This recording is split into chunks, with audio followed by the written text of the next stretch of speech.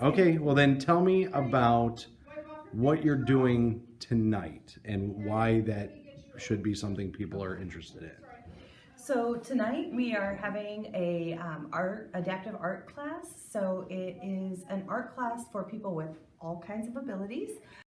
And just some expressive painting and some gluing going on. So we have different mediums and working on different skills.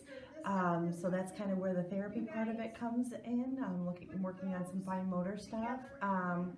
So it's just a fun time to invite the people of the community in to kind of see what we're here and about, because at Purpose Driven Therapy, we want to be part of our community, and we also we really care about kids, we care about adults. We want to just help people be able to find fun things that they enjoy doing. Purpose Driven Therapy's community outreach classes include Tai Chi for health and balance, falls prevention education, Parkinson support in our Delay the Disease program, and various children's therapy topics throughout the year. Call or stop in today to find out what's going on in your community.